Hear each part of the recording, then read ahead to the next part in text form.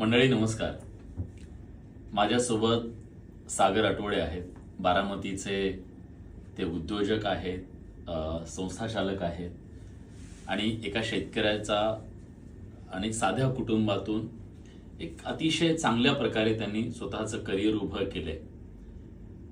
पण स्वतः उभं राहिल्यानंतर आपण इतरांसाठी सुद्धा उभं राहिलं पाहिजे या भावनेतून त्यांनी जे काम केलंय ते अतिशय अमूल्य असं काम आहे. मला वाटतं या काळामध्ये, या सध्या महापुराच्या आणि सगळ्या शेतकरी संकटाच्या काळामध्ये ज्या प्रकारे ते शेतकऱ्यांच्या सोबत खंबीरपणे उभे राहिलेले आहेत, त्याला कितीही कौतुक केलं तितकं कमी आहे.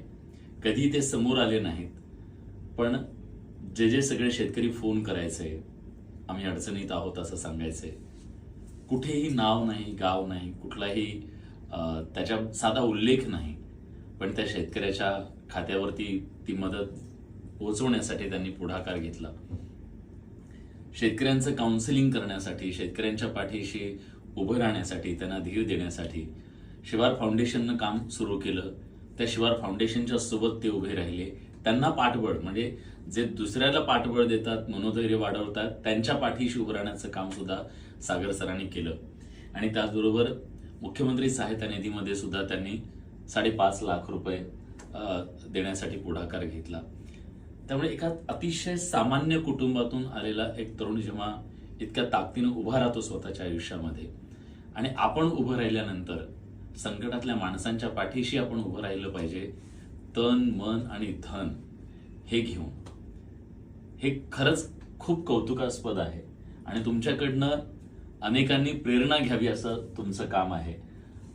महाराष्ट्रात अनेक संस्था आहेत.